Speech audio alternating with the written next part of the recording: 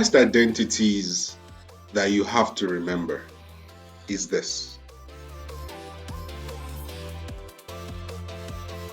which is sine squared x plus cos squared x is equals to 1.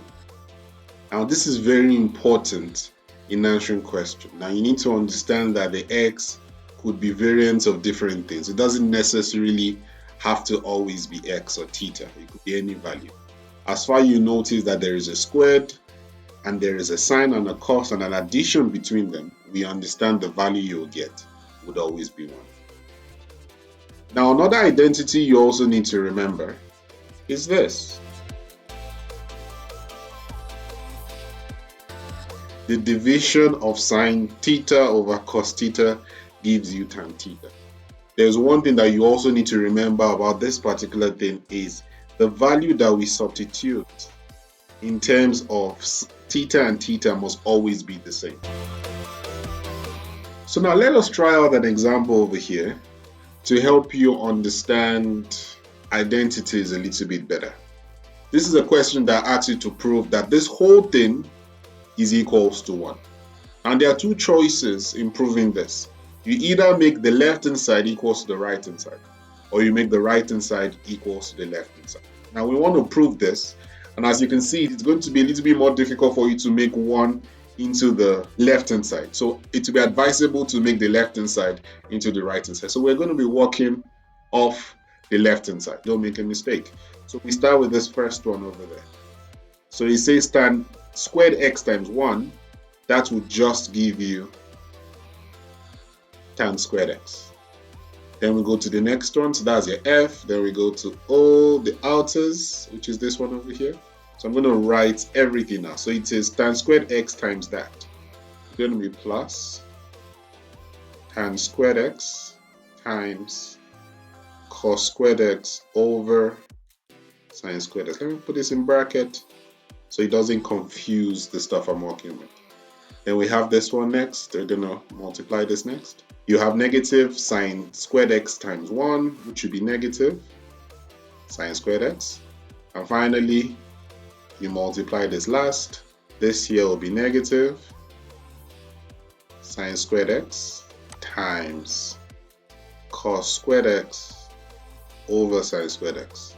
Now also put that in bracket so it doesn't confuse me. Now don't forget about we have like a denominator over there that we also need to keep writing. So all this is over tan squared x. Okay, so we start with the first one.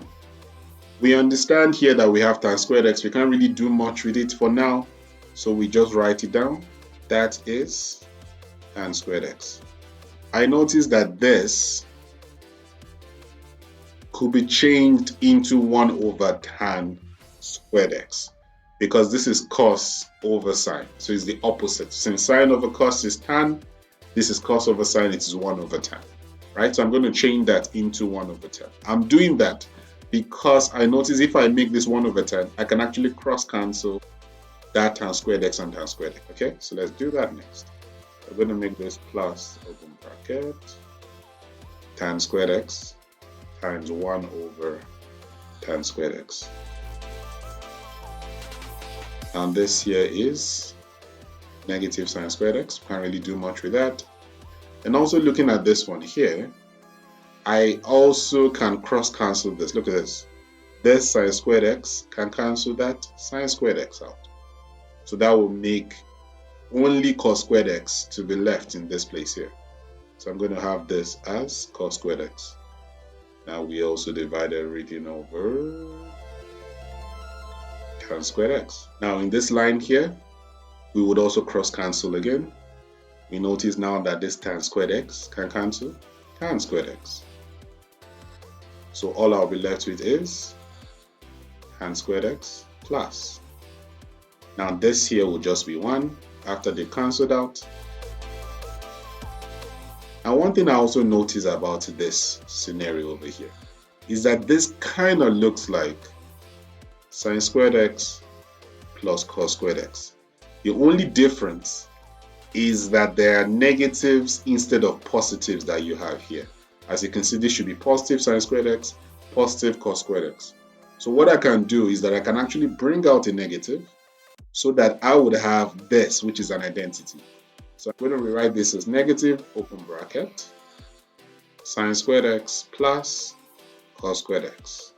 And if you think about it, if I multiply this negative times sine squared x, it's going to be giving me negative sine squared x. And if I multiply this negative times cos squared x, it's going to give me negative cos squared x. Right? Now this whole thing, again, is over tan theta, or tan squared theta, I mean. This here will now be tan squared x still, plus 1 minus 1. Because that whole thing is 1, and don't forget we have a negative there. And all this is over tan squared x. So as you know, 1 minus 1 is 0, so that is out.